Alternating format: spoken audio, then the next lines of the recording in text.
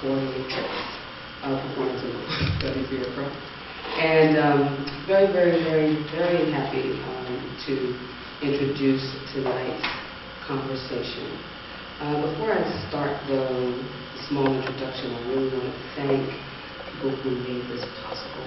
The chair, the dean, Andrew Barnes, a wonderful colleague, chair over Gregg Horowitz, Matt Carmen, who helped put this together, and am I speaking too loud?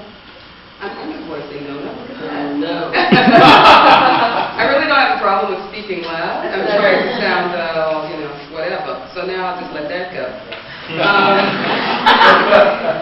Anyway, I want to thank my colleagues whom I just mentioned, and I think these kind of events are really, really important for us as a community to begin to engage across department schools and disciplines. I want to give a shout out to my partner in elevation and performance, Jennifer Miller, as we try to develop performance and performance studies here at Pratt, as not simply a particular program, but something that crosses the campus. So I thank you all for coming, those who are part of performance and performance studies, and those who we consider part of our larger Pratt family and community. So why this program? I think that as a scholar and as an artist, performance and the notion of performance and performativity affects all of us. It's just generally we don't think about the way that we do things as a possible theoretical construct. And in addition to thinking about the common notions of performance, we're also thinking about the larger concept of how we perform in everyday life and heightened aspects of performance. I had the great pleasure of meeting Nona at the nexus of both of those intersections. I started taking classes at RADA the summer after I got my PhD, and I think I personally wanted to return to the aesthetics of performance after going through the initiation of a graduate program. And something about being a scholar makes it, after you go through, if you can get through a PhD program, reminds you of who you are, because you think about that a lot just to try to make it through, and I'm sure some of my colleagues can attest. And I knew that I loved performance, and not just as a spectator, that I had to engage in it as a performance artist, as an actor.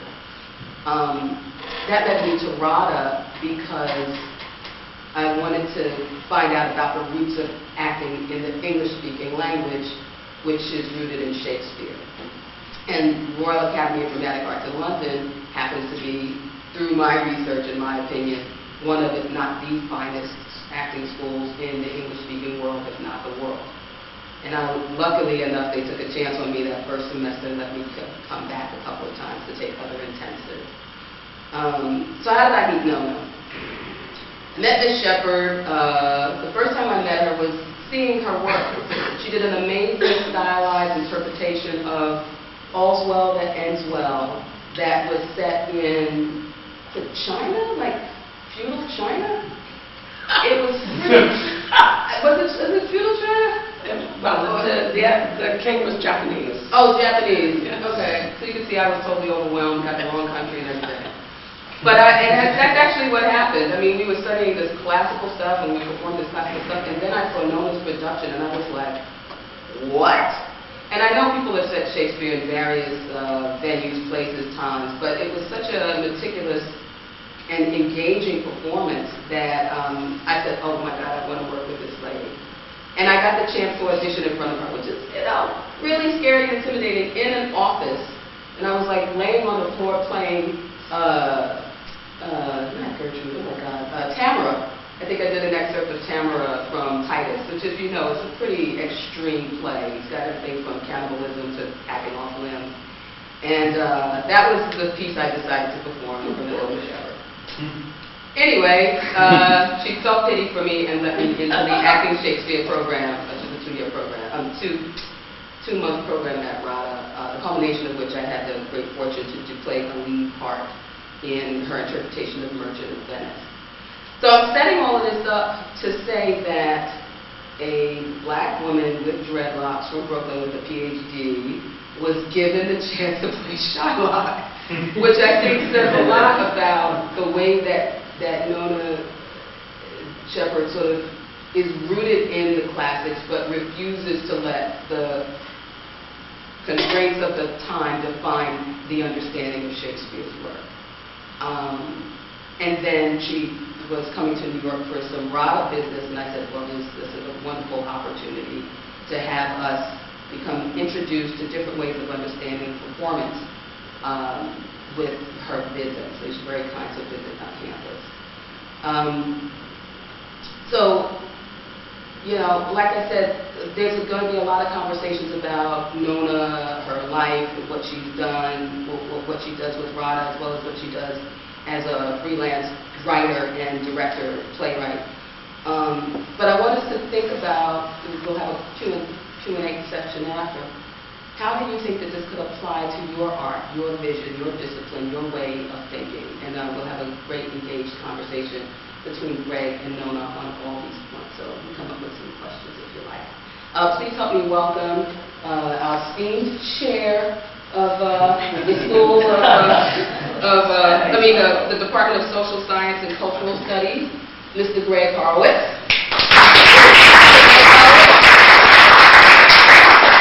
And director of over 40 plays, director of many plays, playwright of over 40 plays, actor and thinker and associate director of the Royal Academy of Dramatic Arts, Nona Sheppard.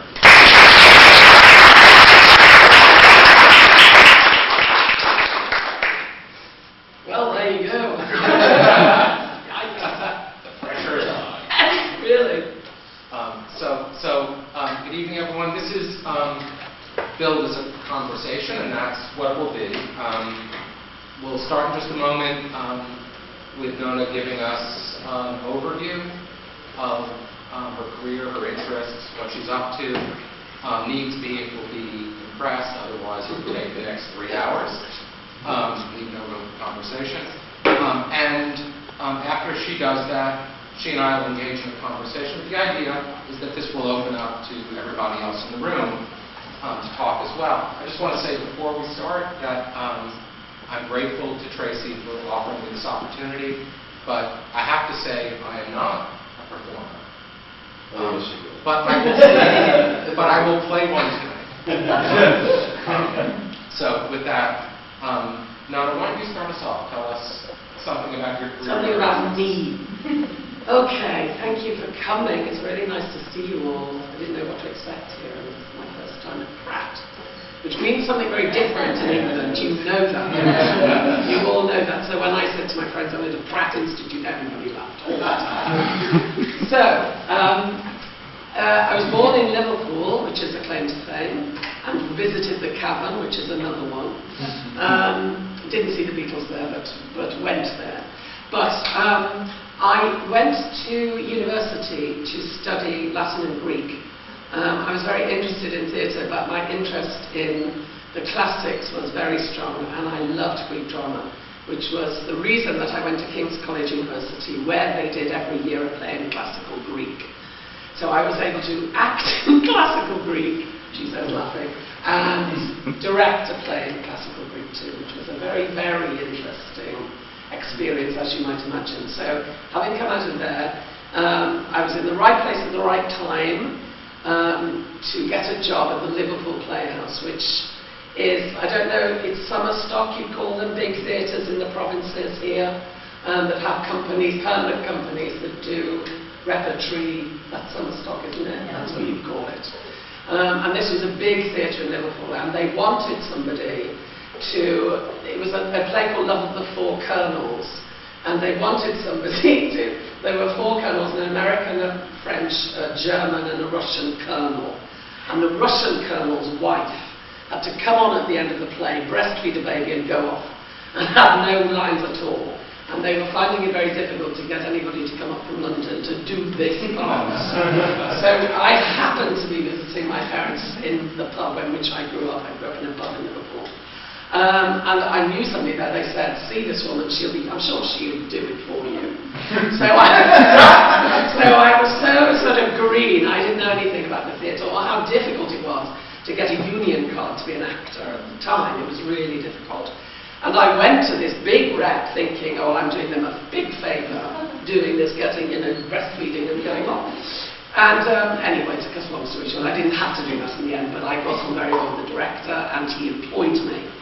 So I was off and running. I got my union card and I was an actor at the Liverpool Playhouse for 3 years. And I did 3 weekly reps, so that's a play every 3 weeks for 3 years solid. So I felt that in terms of, I didn't go to RADA or anywhere like RADA, but I did my training on the job, if you like. So I was an actor in the theatre in England for quite a long time, 4 or 5 years. I went down to the West End, I studied in the West End, I went on in the theatre, got an agent, blah, blah, and so on.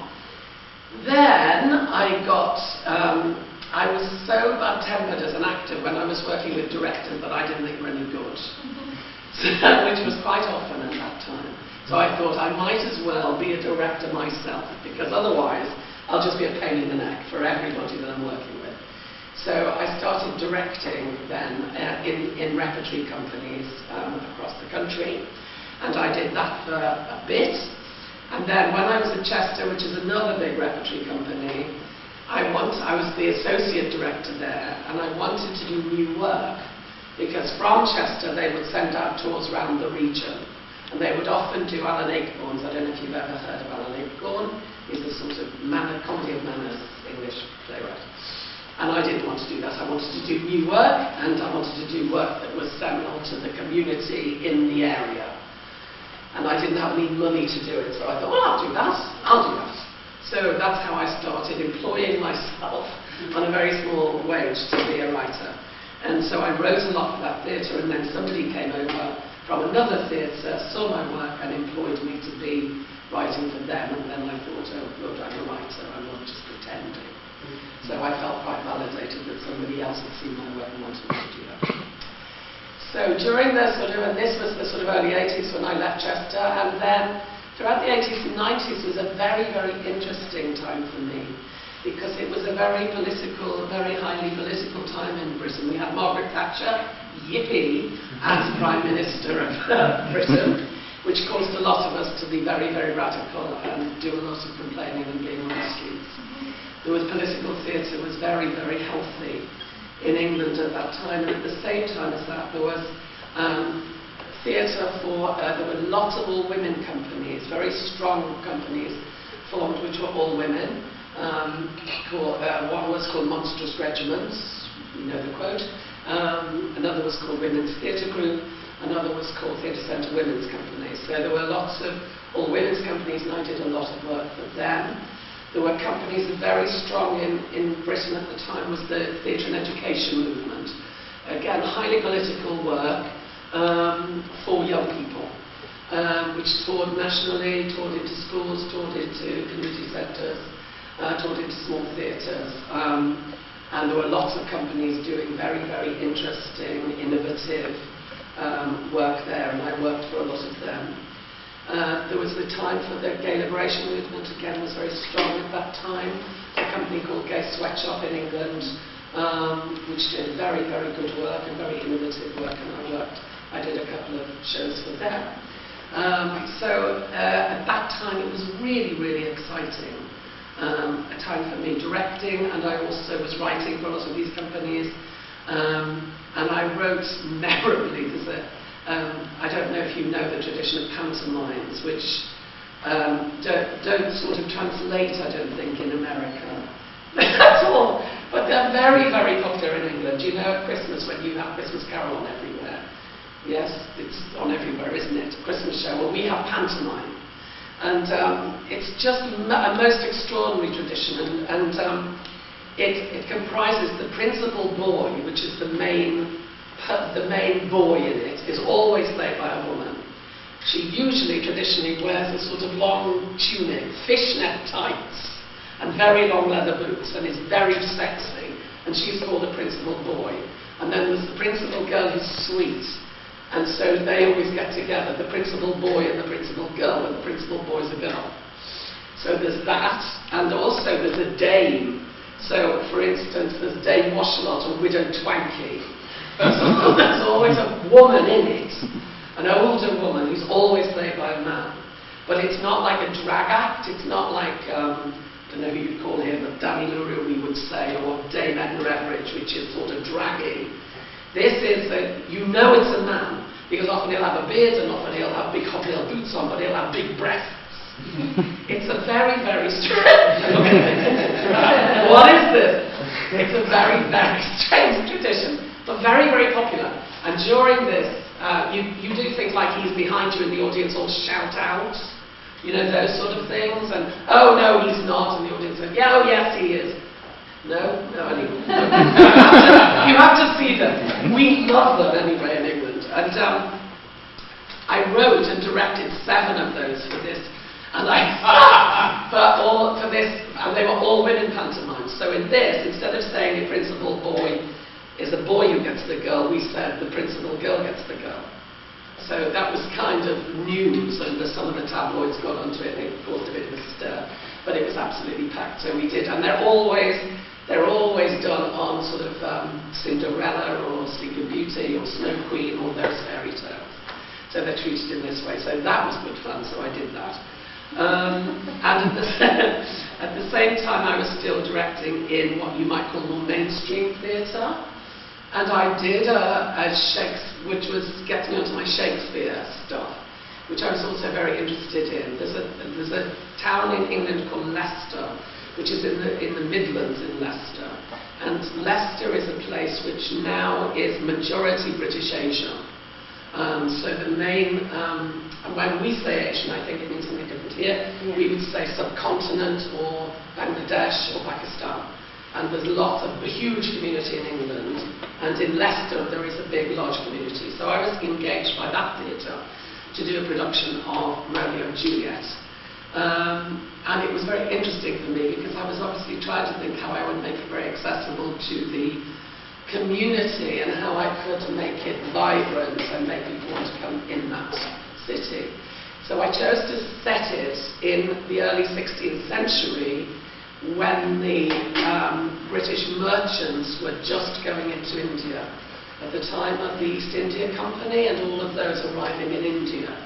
And that was very interesting. So basically the Montagues were arriving from England as traders with Romeo as part of that. And Friar Lawrence is a kind of campaigning, proselytizing young priest who wanted to get Christianity into India, which was also very, very historically accurate. And the Capulets were a Muslim local, it was a time for Mughals, so it was a local Muslim trading family.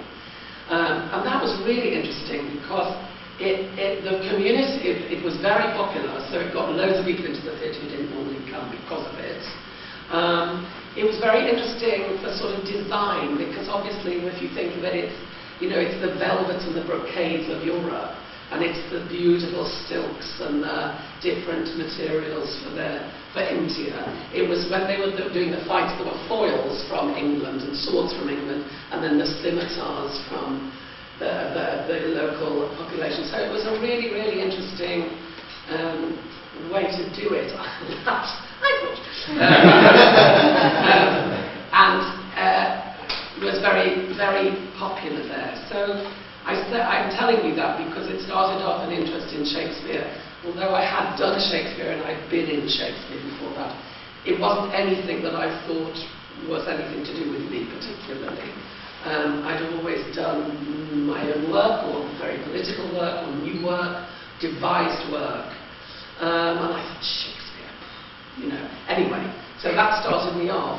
And my interest in Shakespeare, which to this day is very abiding and a very important part of my life. At the same time as doing all this, I went to RADA, which, as Traci says, is the Royal Academy of Dramatic Art, because the principal once saw my work and wanted me to bring a production into there. And then when he'd seen that production, he asked me would I come and direct with the third years. because you may or may not know, like any drama school, you know, the third year is all about shows. They do shows, they get directors in from outside, and they direct their shows and they put their public performances.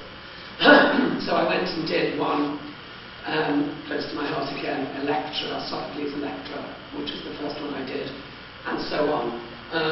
And that started off an association with RADA that throughout the late 80s and 90s abided. And for some years I did a lot there. I went and did 2 or 3 productions. Some years I did nothing, depending on what I was doing in the theatre in general. But what happened was that about 2000 there was an NYU had an association with RADA that I was part of setting up, that they come to RADA and do, students from NYU Tisch come to do 12 weeks with us on Shakespeare. And I was part of setting that up, so having set that up I could do nothing but run it. So I ran that for a bit, and so I got more and more involved in RADA. And also at the same time I've been doing auditions for RADA. The RADA audition process is very unwieldy. We have about 3,500 people applying for 28 places. And so we have to be very, very, you know, it has to be quite a thorough process. We have 4 stages to it. More of which, if anybody's interested, I can talk about later. But anyway, and I'm the chair of the audition panel at RADA. So since 2000, I've been more involved in RADA than I've been involved outside RADA. And at the moment, what my job description is, as Traci says, I'm an associate director there. What I do is I'm chair of the audition panel. I direct third-year shows. I direct second-year projects. I do a lot of more devising work with the students. I'm chair of the audition panel.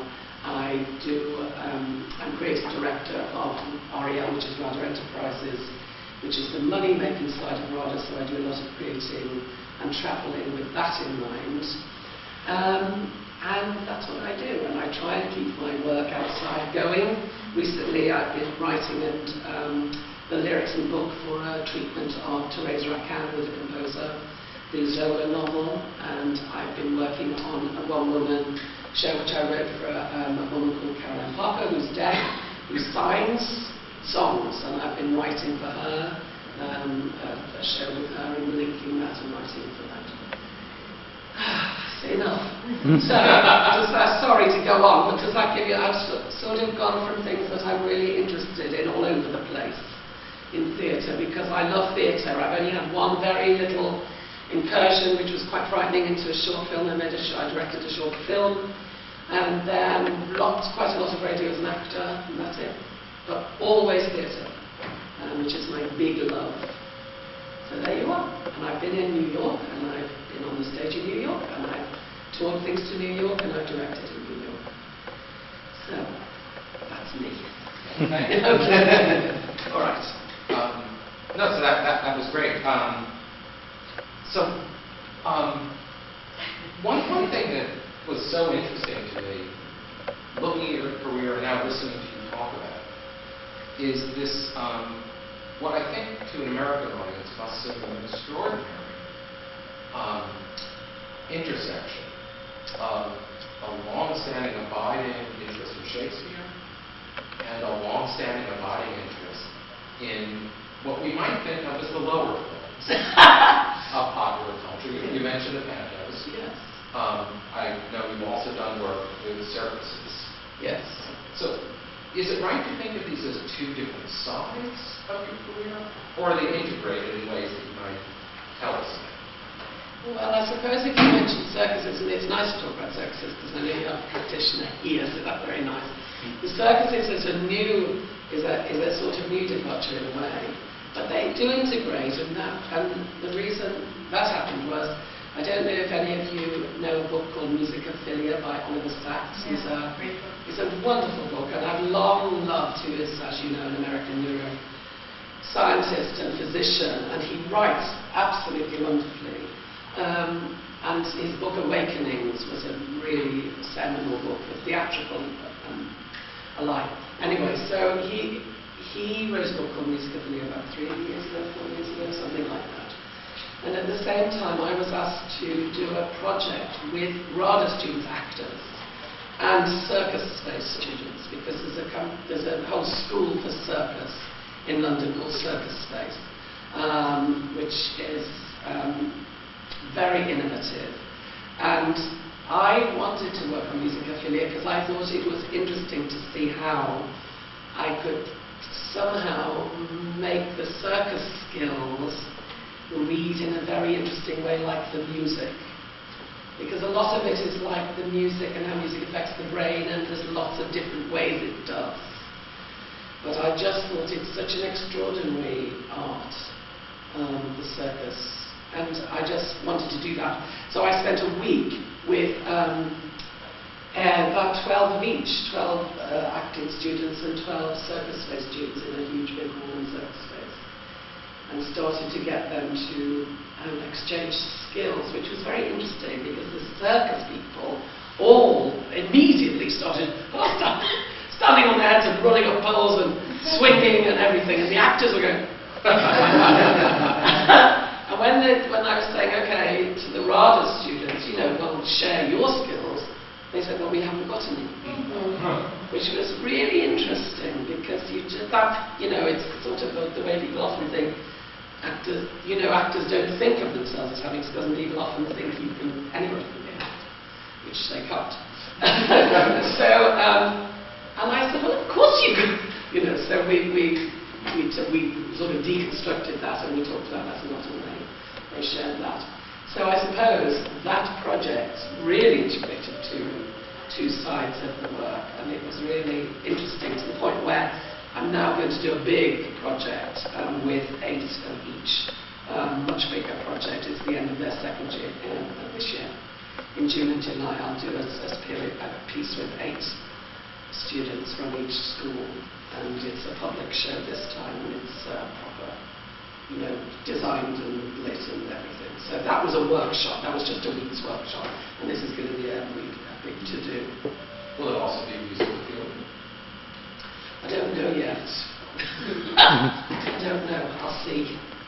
Yes, I think I'd love to work on this again, but I don't know. I'll see who I get. Really. Yes. Now, it must have been a little bit strange for you to hear the RADA students saying they don't have any skills. Yes, it was. Since after all, you are their teacher. Yes. So maybe we could talk a little bit about teaching that. Yes. I mean, I am the wrong person to ask in a way, because I tend to think of myself, I do teach, but I tend to think of myself as a teaching director, which is different from a teacher. You know what I mean? I don't do class, I don't do acting class week in, week out, which I think is a fantastic skill to do. And they don't come on trees. Good acting teachers are really rare. So that I would say that, and voice teachers and movement teachers, they're all acting teachers, of course. So I would say I'm a sort of teaching director when I work at RADA, because I'm very aware that they're still training, and I'm very aware of what they need. So I'm very aware that, sometimes they can't do it because they're not using their training, or you know what I mean. Whereas another director who's not a teaching director can come in from outside, have a notion about a play, and think, why aren't we doing it? Which is a very different. Do you see what I mean? It's a very different approach. So I would say that. I suppose it's interesting to me why people think acting is so easy, and why sometimes people say, well, why do I need to train? Because you can go and get a job straight away. Because some people will walk into a job in a film because they look how they look. Or, I see you in the street and I want that. And then they do a film and, people think, oh, you don't have to do anything. But I suppose from our point of view is if you want to do this for life, if it is a career that you want to invest your life in, then you want to have as much skill in it as you possibly can. And to do that, you need to train. And I've never, ever heard an actor who works who hasn't trained. They're always saying, I wish I'd trained. Or when I'm working with actors who've trained, they've got tools that I don't have, because I'm making it up as I go along, kind of thing. Because you didn't train. No, I didn't train, but then yes, I did. Oh, sorry. No, I didn't mean that. I was just thinking, but then I suppose I would say I trained on the job. But I didn't train in the way we train at RADA, indeed, and that would be lovely. I'd love to do a 3 o'clock slide.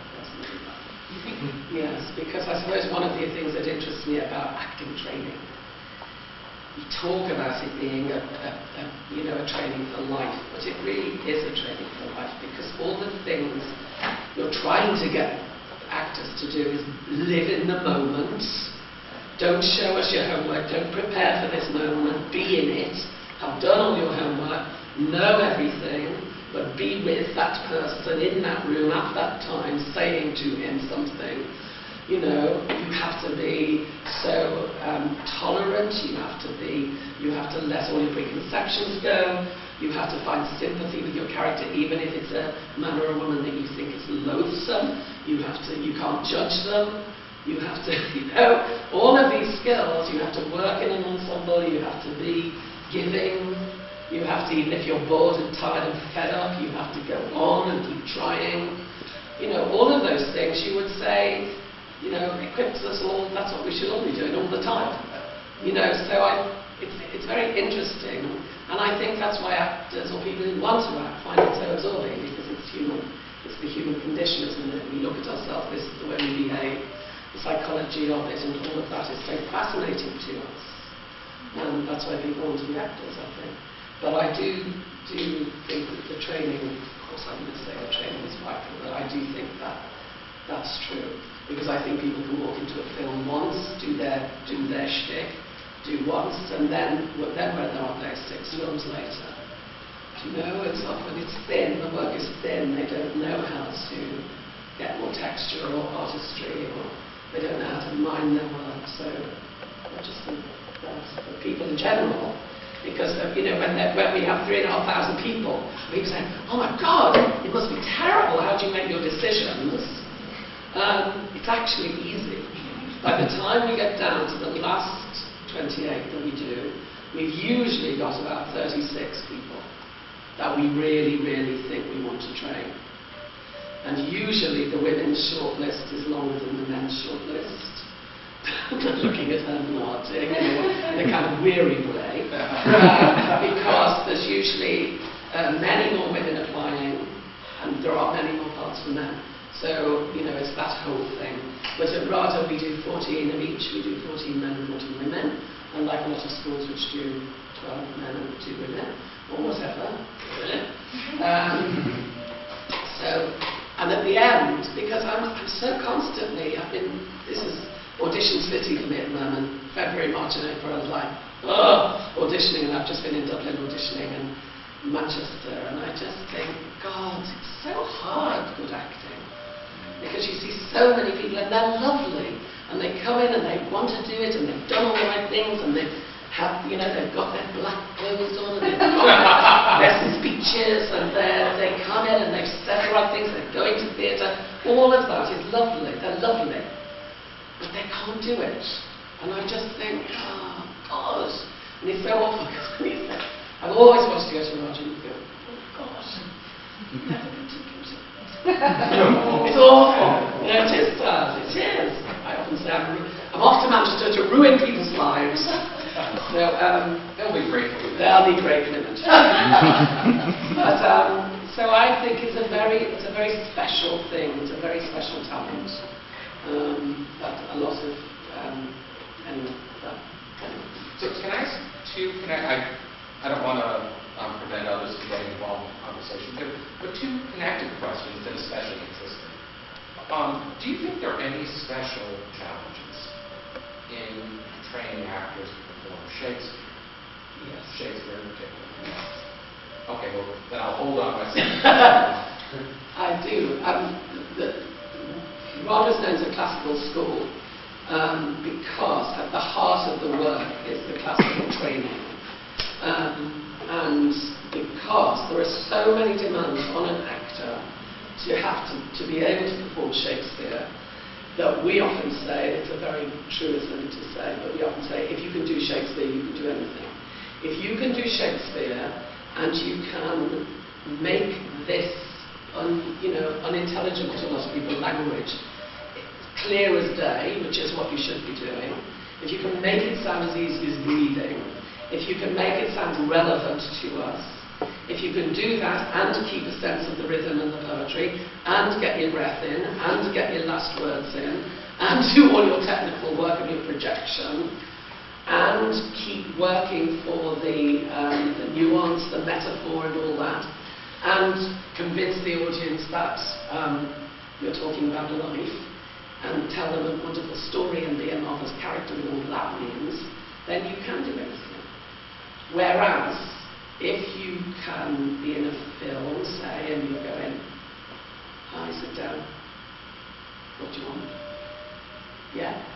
You know, whatever you want. It's a different job, isn't it? It's a very, very different job. Because one job is to make the silences between the simple language be resonant and meaningful, and make a proper person. And the other job is all this technical stuff as well and making a proper person. So, you know, and the word has to lead. In Shakespeare, the word is at the forefront. Because if you bury the words under emoting, which is often what you say, don't you, in Shakespearean acting, you know, you see a lot of crying or a lot of so people are so angry and roaring you can't hear the words, or they're crying so much you can't hear the words. The words do it. And I know that sounds simple, and it's so simple to say and so easy to do, but he gives you everything in the words. But having said that, that's another story. So I think there's an enormous challenge in doing Shakespeare, and I think actors love Shakespeare because it empowers them. I think having these words in their mouth empowers them.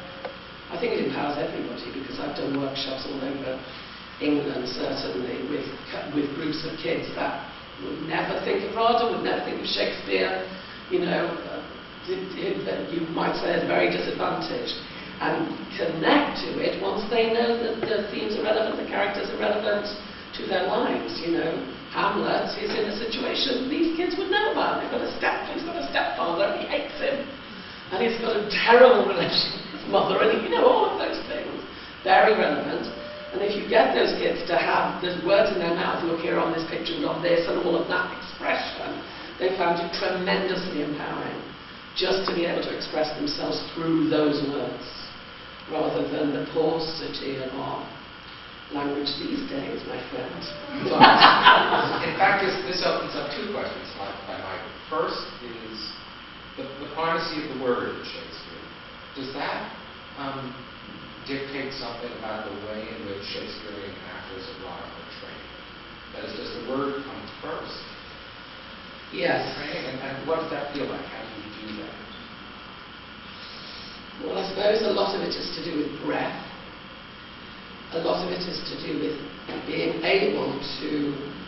Shakespeare's phrases, as you know, are much longer than our phrases, aren't they? So if you're doing a Shakespearean thought, you know, between the start of the thought and the end of the thought, it might be 4 lines of pentameter.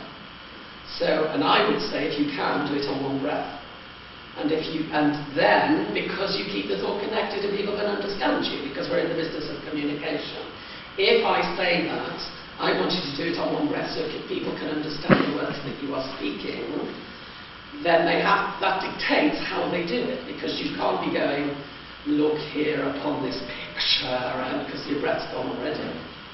Do you know what I mean? So I find it very interesting that the technique often will dictate interpretation, inevitably. Because if you decide you want to do a speech and you want all of that, I'm saying this and I want this thought to be connected, then I have to play it in a certain way, don't I? So, or if there's just a ha like that, I need to get rid of all my breath in order that explosion comes out, and then I need to take a breath after it. So I suppose it is to do with the breath and being able to work the breath with the words, I think. Is that okay? Is that clear? I love this connection between breathing and thinking. Is very interesting. Yes, because it's inspiration, isn't it? In Spiro, I breathe in. So we talk about inspiration, don't we? So, and I suppose that's very seminal to what I would think of, so that you're thinking about breathing in, and as you breathe in, let the thought drop in, say the thought, end of thought, breathe in, let the next thought drop in. It's very different, all of that. So you're breathing in the character. Yes, yes. So do you think that Americans breathe differently? This is not. The question is there a difference in training? You're here now to audition Americans. Is there a difference in training Americans to do Shakespeare? I think I've worked a lot with Americans in Shakespeare, which I love, I have to say. A lot of the time, because American actors are very bold. They're often very bold, and I love their vowel sounds. The vowel sounds are fabulous. Because, again, lots of you may know this, they reckon that a lot of the American dialect these days is nearer Shakespearean than received pronunciation that we do of RADA, which we don't. So there's lots of lovely, because a lot of the long vowel sounds in American are kind of diphthongs, especially Southern. I love the Southern accent with Shakespeare. It's fantastic. And you get a lot of the characters love. One of the reasons I love Shakespeare is his portrayal of the working classes.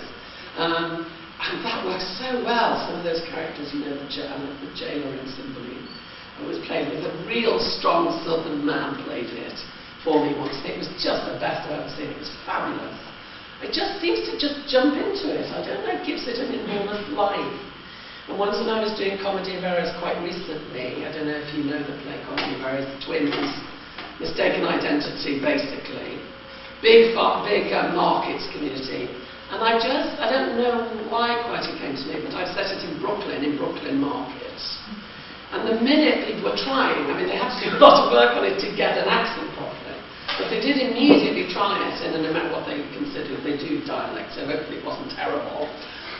It immediately jumped out into life. So I think there's a sort of accent that works very well with it. It's very robust and very visceral. So that's that. But then the other thing about American actors that I have noticed, and we often say, is they like to cry.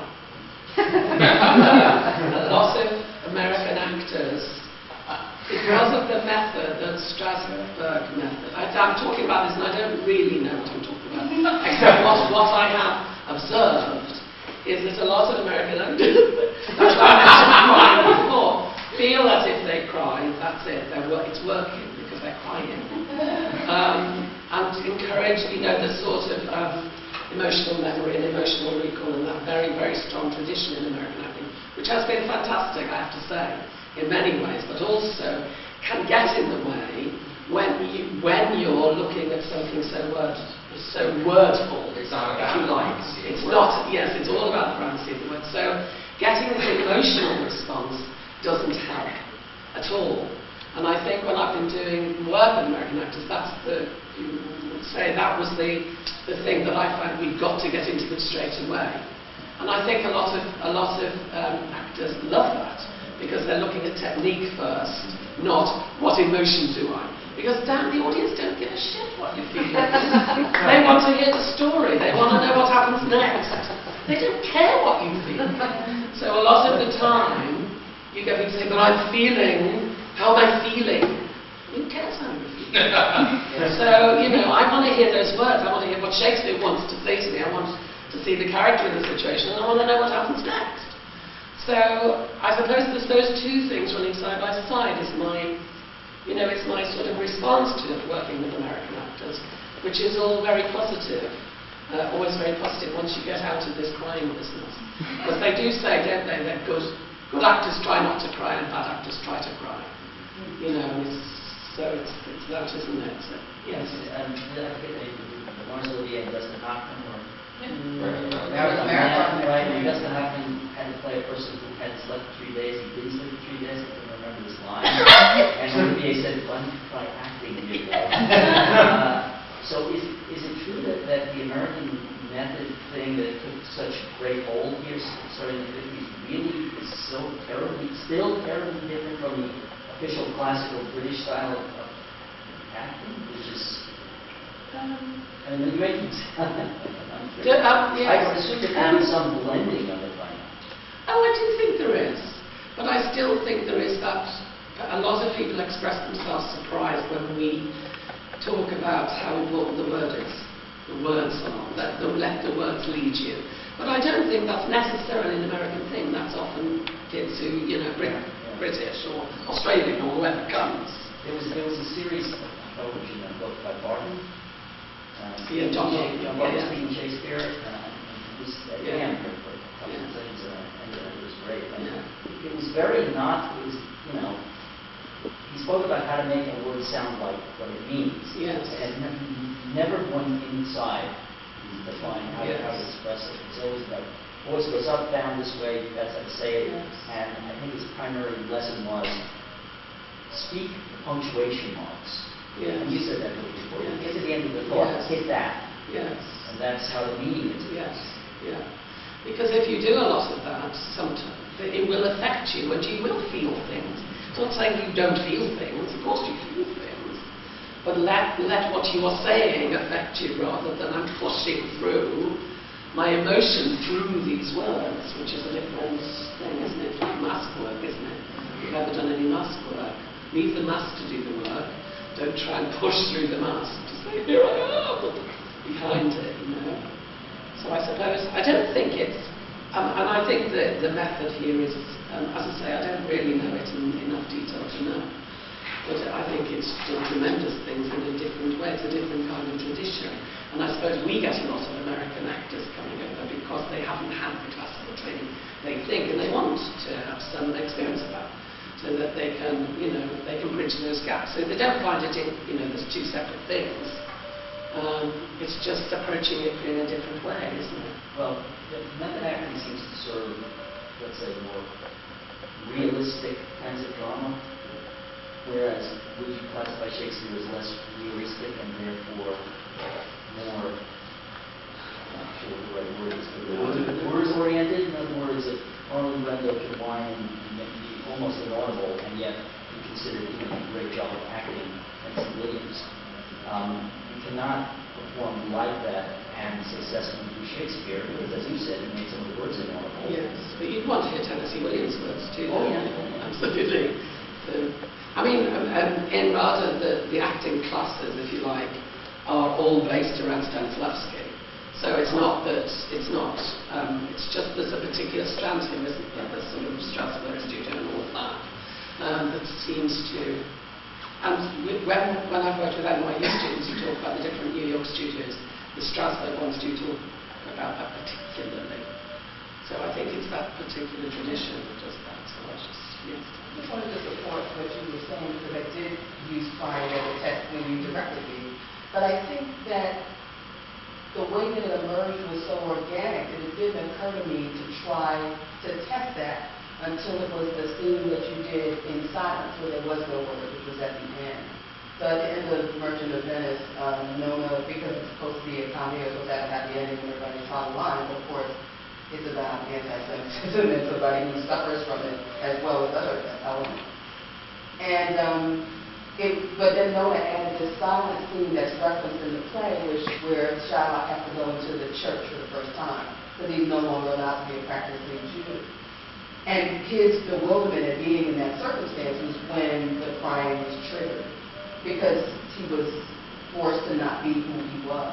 But it's just interesting that there was at no point hadn't come to, in my opinion, come to me as an actor to try to cry during certain scenes, like when Jessica left or whatever. It's just like, no. He's composed until he can't speak for himself. So it's just interesting that if the training, I think, is thorough and good, then it occurs to you where the boundaries are, or when you stay out of the way or whatever. But that scene that you added was so important and helpful to thinking about when this character was going to let himself grieve or feel loss or whatever. Yeah. But I don't want you to get the impression that because, going back to your sort of sense of what's real, I think when you're directing Shakespeare, they're living human beings and they're real and they're like us. It's not that I think they're some exalted sort of classical. They should be, yes. Yeah, I mean, since you just mentioned kind of like how relatable Shakespeare is in general, I'm kind of wondering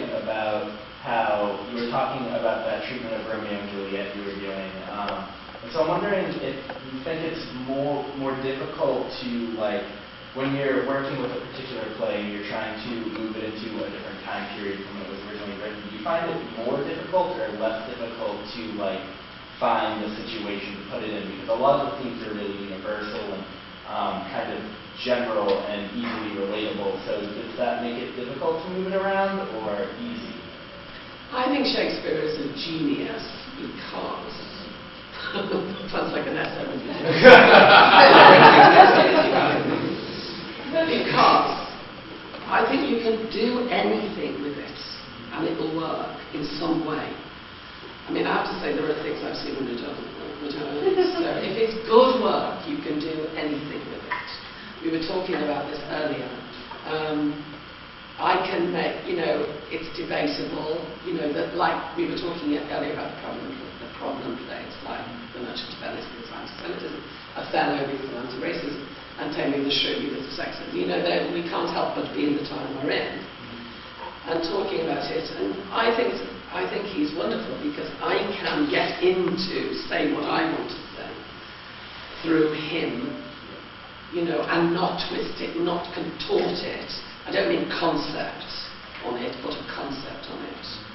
But I mean, I can say what I want to say with it very easily, like, if I get it right, if I get some good sense of it, So I don't find it at all difficult.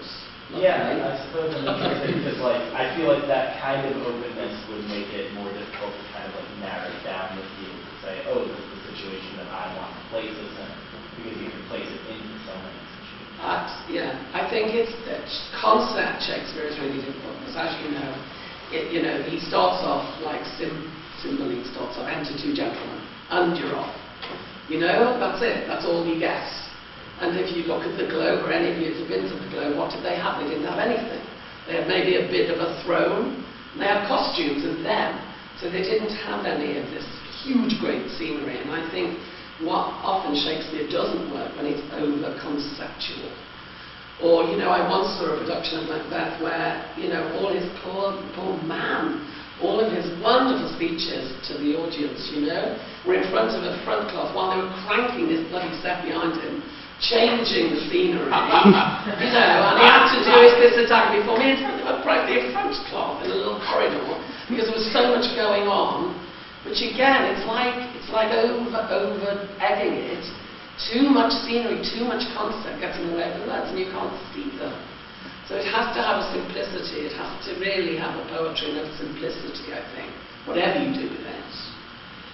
But for instance, with Merchant, the important thing for me in Merchant, thinking about it, was it's three places. It's Belmont, it's the streets of Venice, and it's Shylock's place, study, whatever. And once you get those three places, you need those three places, and those places go on at the same time. So it was important to me that I could see them all happening at the same time. So when all of this was going on in Venice, Portia's still goddamn shut in from Belmont trying to wait for a bloody husband. Do you know what I mean? That's important to me. So those things. But that's simple. That's just a couple of cafe chairs in one corner, a lovely sort of pedestal at the back, and a lovely desk, and candles and books and tools and holy books in this study. So, and that's quite simple, but long, suits and modern costumes and stuff, so, but it doesn't shriek concepts. Like there's just been a recent production of Julius Caesar at the Donmar in London, which was an all-women's production, which was set in a women's prison. And it was just really that. It just got in the way all the time. Because you had everybody, it was good in the sense of the women's prison, because you had people coming in and lock up and but it just got in the way. You just thought, oh right, how am I going to, they had to constantly be referencing that story rather than the Julius Caesar story. I say it's interesting in this respect that when you think about film adaptations of Shakespeare, there's always a tendency to set them up, right, to naturalize them, try to place them in the world. Yes. The very best ones are the ones in which the set disappears, Yes. right? The well Shakespeare, for instance. And I was curious about Caesar. Have you seen the Italiani brothers? No, I Caesar haven't. must No. But it's in a prison, but it does the opposite. That is, it uses the prison to drive out the possibility Yes, great. of set. Yes, yes, I agree. I think they lose power in their set, and they have all this grandeur around them. This is very simple. Yeah, I was wondering if you could talk a little bit about using Stanislavski to train classically, especially Shakespeare. I think that's what you said, you use Stanislavski to... Well, what happens at RADA is that they have, in the first year, they have acting classes. They also have speech and voice and movement and all hundreds of other classes. But the acting classes are all Stanislavski based, so they learn the various acting teachers, because there's 3 acting teachers, and of course they would all teach slightly differently or differently. Their versions of that technique. And it's quite, then, in the second year, they do projects and realistic scenes, so they'll do Chekhov scenes and they'll do Ibsen and that tradition of realism. In the second year, they start into Greek theatre. So it's always tricky because they always go, how am I going to use, it's one of the tricks is trying to oil their transitions into these various different structural things, because they do a Greek project, they do a Shakespeare project, they do a style comedy, so they'll do restoration and so on. And all of them you can use part of the method, but you have to adapt it. You can't use it straightforward, you can't, it's inappropriate to be saying, here am I, Julius Caesar, I'm back in my room, and whatever. You know what I mean? Because you're wasting your time, basically. It's not appropriate. But you can action it. You can do the thoughts and you can action the thoughts. There's an English director, Max Clark, who sits down and for 2 weeks, if he's doing a Shakespeare, he'll action every thought through the play. So we explain what that means. Action it. Does people know? Some people do. When you action a thought, it's like, what do I want? Is your overall objective, isn't it? And then, how do I get what I want? Well, I action it. So I want to have an effect on this man here, because that's to do with what I want. So when I speak a thought, I want to affect him in a certain way, so I have to use a transitive verb. So I say, I worship him. Because if I want him to give me love, say, that's my overall objective, I could get that by, I worship him. So that helps me play the line. That's what it means by action. So, yes, everybody. So, and it has to be transitive. I love you. I frighten you. I kick you. I strike you. Whatever. And I think you can use that with Shakespeare very happily. There's nothing wrong with that with Shakespeare. Other people will say, oh no, you can't. I say, oh yes, you can, with my pantomime tradition hat on. And you can in the Greeks, why not? You're always speaking to affect somebody, aren't you? You never speak for no reason. So I think those, what do I want, where am I, what have I just come from, all those questions, the questions, the method questions, who am I, where am I, what do I want, what's my obstacle, blah, blah, blah, all of that. You can use, but you have to just be open to kind of adapting them, being, and hopefully their acting teachers are on hand to say, well, you can't use them quite this way, but you can, use them in that way. But you wouldn't use the sort of, activities or emotional recall or blah, blah, blah. You wouldn't spend lots of time on that. You might, does that answer your question? So, yeah. Good. Yeah. Hi. I'm actually auditioning for your VA program on Tuesday. Nice to meet you. There you go. So, I was curious if you wouldn't mind speaking a little bit about... What do you expect? Sorry. About the process and the students that get accepted in what you're looking for. I know you give an even number and mostly older. I think was Not now. We used to be able to, it's to do with the funding, which I won't bore you with. We used to be able to and would prefer to take a lot of students into the BA acting program that have already been to university before on a BA. I don't know what the equivalent here, but they've already done, so you'd say graduates, so yeah. And we still, because they've had a life, they've done their 3 years, they're older, they've got more going for them, they're more mature. Because of the funding situation, that is not necessarily still the case, and we have got people in the first years who are 18, 19, so the younger ones are always present and coming through. So the age thing isn't to think about, because it depends. What do we want? That's the question. You don't know that the simplest I can put it is, I suppose, if I'm in a room like this, which is deeply unimaginative and deeply uncreative and horrible, well, you know, it's a lecture, it's doing something else, it's not. So it's very flat and very unhelpful to acting. If you come in front of me and you do Romeo, and I can see the garden, and I can see Juliet come onto the balcony through your eyes, I believe you are who you say you are, and you transport me into that warm, wonderful garden, in that room with their love-struck kids who wants to be near her. If you can convince me in that place that you are him, I think you do a very, very good job.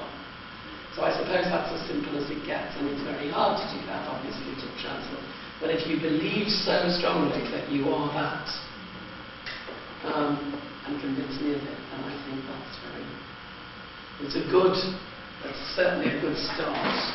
Obviously there are other things, and you know that, but I think it's sort of transporting, transporting me out of where I am. Pardon? The beauty of theatre. The beauty of theatre, the wonder and the magic of theatre, exactly so, my friend. Yeah. Because we were talking before, I was talking to a writer earlier, and we were saying it's a very salutary lesson to writers, those of you who do write and dramatically, and me who also write. That if you talk about, I often say, okay, all of you, think, here you are now, think of a live event, theatre if you can, that's made the back of your hair stand on end. Think of the moment that happened, that you just thought, life's worth living, this is so exciting, my hair is standing on end, this is wonderful, if I die now I'll be happy. Think of that moment that you've had. I mean, I in my whole life can count about, on one hand, those moments, so they're not to a penny. And usually, and you will all that, because you might have all been thinking at this moment, it's never when he said that to her, or when she said blah, blah, blah. It's usually image.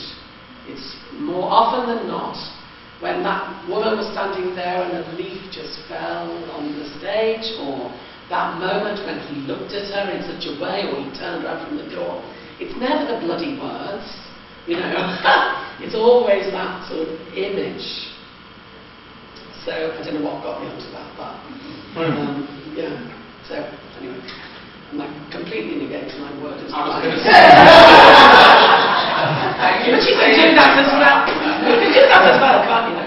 You can have the wonderful Shakespeare thing, and in the middle of it, you can have a marvellous moment.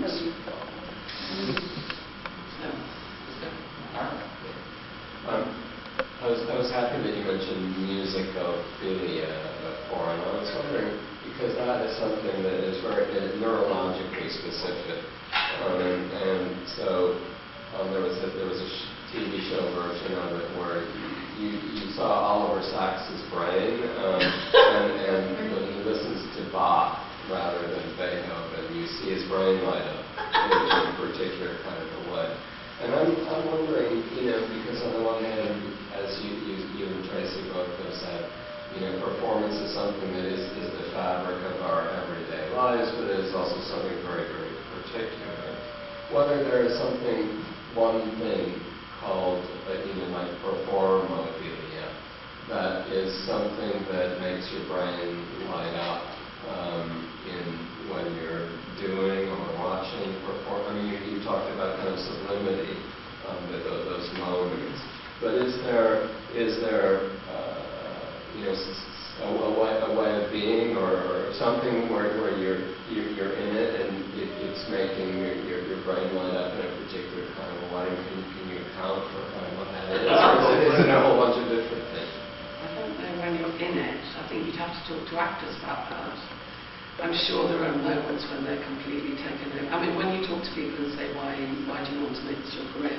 Like Prof will ask you, here's a heads up, why do you want to make it your career? And people will say, oh, I just always wanted to do it. And nothing makes me feel like that, nothing.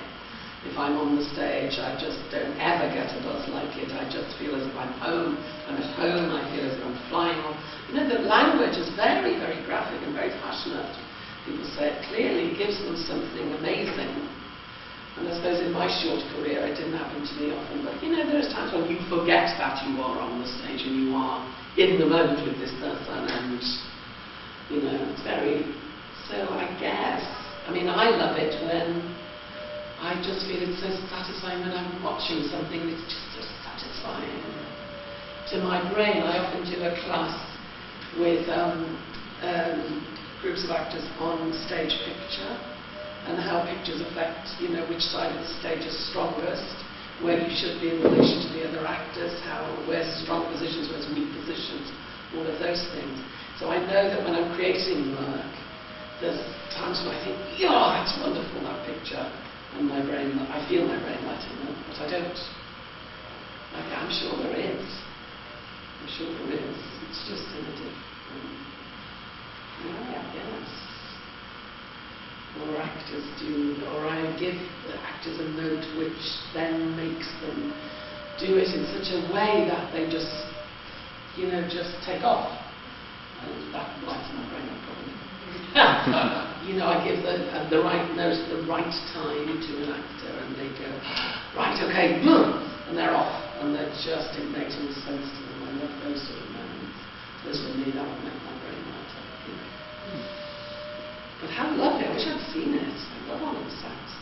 He is the brother-in-law of Rabbi, the chief rabbi. Britain, UK's chief rabbi, Jonathan. So I tell you that.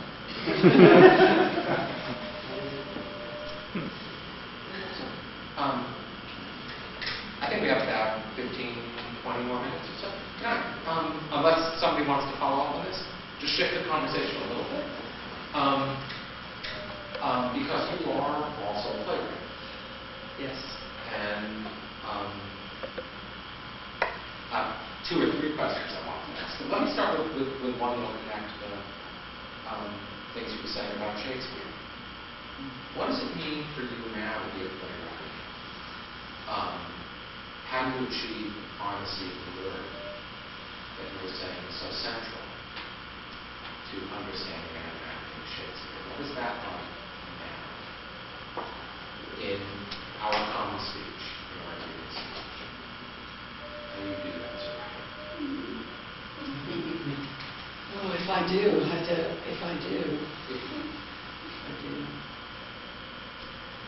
Oh, that's a really hard one.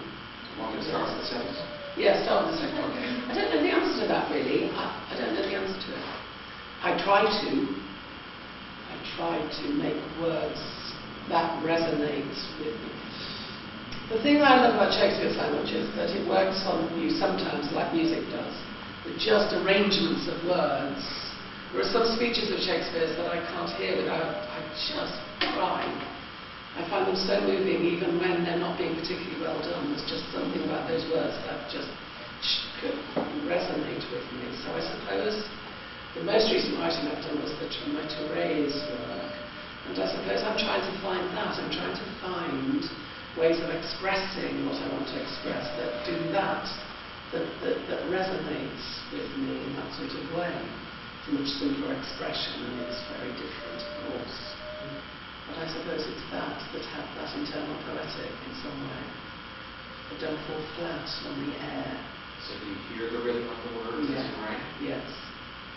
Yes, and I'm just saying it always when I'm writing. Because I always see the actors, and I don't see the actors literally, but I see the stage and I see the performance. Because I came to writing from directing. I didn't come to, so I'm very practical when I write. I see it and I think, what would the audience like to happen next? If I was in that audience, what would I like to happen next? So, do you direct your own work? Sometimes and sometimes not. not. Yes. Which, yes, both have their good things. But, so I'm very spare. I don't overwrite, I don't think. I've never had to do loads of cutting of my work. I'm quite spare in the words that I write. I try to write a first draft that is a good draft, so I don't do a first draft and then I have to really. And I suppose I hear that rhythm. I love rhythm, and yeah, I love the music of the words, and I love all that. So yeah, So I think scenes have internal rhythms, of course they do. Yeah, so that's the word. There's a continuity then between Yes. the experience of Shakespeare. Oh, definitely, and he's been very influential in that, I'm sure. Yeah, I'm sure. So can I ask that? Oh, Oh, Greg, please. I just wanted to ask, then, because of this interest or this importance of language, when you were doing the Greek plays, you were doing them in Greek, but what about when you're performing Greek plays in translation? Do you pick the translation for that sort of musical, quality, or do you pick it, because it's a more literal one? How do you choose which translation to pick in something like that? That's a really interesting question, because when I did Electra first, I chose a translation by Tony McLeish, who's an English poet. Wonderful, he works so beautifully with the Greek. And I suppose because I know Greek, I sort of understand where he's going with it. It's not literal, but it has a real sense of the drive of it and the internal meaning of it. It was his wonderful work with Greek, so I love him. When I did Antigone fairly recently, I chose what you might say a much more old-fashioned translation, because I wanted the kids to have that sort of language in their mouths. I didn't want them to be able to take it for granted. So it was rhyming, and it was all in the meter of the Greek. It was done by a Greek scholar. So it was less available language, but it gave them a lot more to do. And then recently I've done Humanities, the Aeschylus Humanities, and I chose Ted Hughes because I just think that the sort of violence and the visceral nature of his language is wonderful with that. With those monster women. Yeah. So for different reasons really, but it's a really interesting, those translations can be completely, so and some of them are just impossible to say. I mean, I'd always pick ones that I think actors can say, they've got a chance of saying. But some of them you just think, oh, who says that? It's like that. You can't be serious, so you have to be really careful with those things, because they're so hard. Yeah, great. Yeah. I was wondering if you could talk about kind of what theatre can do politically, especially as opposed to like going out to like an organized protest on the street, and what theatre can do maybe better, or what it can't do. And it's weird because like performing is a huge thing. But I'm thinking like theatre on stage and in a sort of formal environment. Well, I suppose it can do. If you want to change people's minds, or you have this political agenda, and you're using theatre, it's wonderful because people don't know that they're being, well, if it's good, people don't know that they just are interested in the story and the characters and that, and it subliminally gives them access to a world that they didn't understand, or the ideas they didn't understand or think were theirs, or accustom them to ideas. I mean, you can agitprop, which I don't know if it was a term here, is agitprop a term here? Is a different sort of theatre. I never was involved in agitprop. The theatre that I'm involved in when I was very strongly in political theatre was to do a bloody fabulous piece of theatre. So people think, wow, that's marvellous, and then subliminally the ideas that you wanted to create would be there, would be in there. But initially, so people don't know, don't see them because nobody likes being lectured to or harassed. So I suppose a good piece, but any theatre you see, it's always people say, oh, it's just entertainment, and I just think, well, I don't think anything's just entertainment. I mean, I don't mean that you shouldn't be entertained, of course you should, we all love being entertained. But if you think of something like My Fair Lady, for instance, I mean, people might say, oh, that's just entertainment, there's a lovely young, rollicking old musical. Well, what's the things with that? The class structures. Everybody's aiming to find somebody. Upper class men speak proper, and lower class women. I mean, there's all sorts of, political ideas inherent in what we see. Oh, you know this. It's just like, it's very common, isn't it? I mean, it's like anything, any imagery that we see that's so powerful, and it's not just entertainment. So I think theatre can really change people's minds, because it can give them access to what you think they would have thought possible or thought about. You were ahead of the curve a bit with The Marriage Bed, which was the last production that you did in New York, in terms of talking about the complications of being married way before the state here approved gay marriage. I know, it was a big thing. Oh, I didn't realise it was so radical here, and then I got over and over and oh, it's very radical, I thought, because it was passed in England, it's civil partnerships. And that's very interesting, because I just wanted to look at two women who one of whom was in a relationship, they were in a relationship, and one of them was a much older woman who was a much more radical political person in the 80s and 90s. And one of whom was a much younger woman, and they're having a relationship who was in a sort of a lawyer job, and was much more closeted and didn't want to come out. And and all of the arguments around that were rehearsed. So I called it The Marriage Bed, and it took place in the bed. So the set was the bed, and everything was in the bed. So there were lovely things like when she came out to her mother was a puppet. And they sort of did the puppet scene, she coming out scene with the puppet between them, which was lovely. So, that was up to you might say political theatre, but funny and interesting and love story, and, the main thing was it was a love story between two people, and, but underneath it, of course, are all these other aspirations. But status quo never have to justify, do they? Because there's all the other works of art that are full of ideas from status quo. You don't have to be justified. So is a quick follow-up that is Marriage Bed being you did it in 2006, so you did it again in 2009. Is it a play that's in demand? I would that it was. We did it, I think we toured it, we went to Hong Kong, it came here, somebody did it over on the West Coast, in San Diego, I think, in a theatre there. I think it's inevitably going to date, because it's about a particular moment in time, when in Britain, they heard on the radio that civil partnerships had been made into law.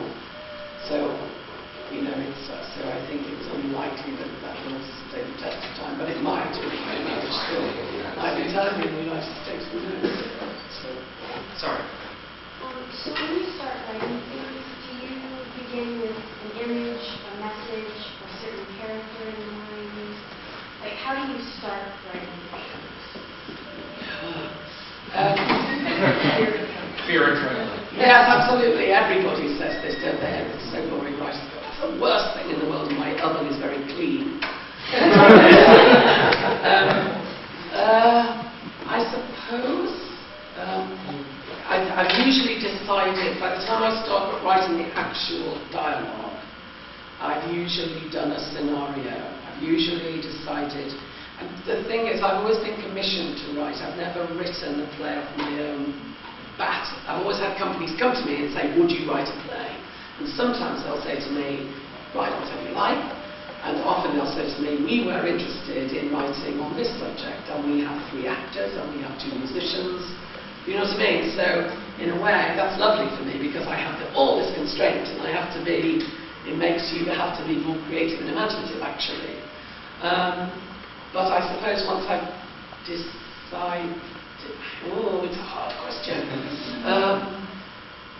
What do I do? What do I do? I suppose I just really think, okay, so I'm in this theatre, depending on what company it is and what play it is. I think, so there's the theatre. What's the stage like? What's the atmosphere? Is there anything on it? Is there anything, I was trying to think, because as I say, I come to it through directing, so, and I think, is there anybody on the stage? The stage is empty? If so, does somebody come on? And if they do, what do they say? You know what I mean? I'm very sort of, I think of it, I suppose, like that. And so it carries on. It's not a very helpful thing to say. Or, I think, should it be a chorus? Should it be lots of voices saying this at the same time? I suppose it just depends on the subject or the company or the whole project, really. Things have been very different. But I do know that I'm very, I think of it very practically. I don't think of it in a vacuum. I do think, okay, that would be lovely if that happened. I'd love that if I was in the audience. I think, ooh, that'd be good if that happened, Yes. So, I think about 5 more minutes, so. I just want to say it's very interesting to me that your answer to that question is very like your answer to the question of how you judge acting, which is about like inhabiting an imaginary space and kind of filling that out. Yes. I mean, so it seems like that is kind of one of the ways that you play it. Yes. I find that very actually helpful in thinking about writing in particular. Yes. Yes.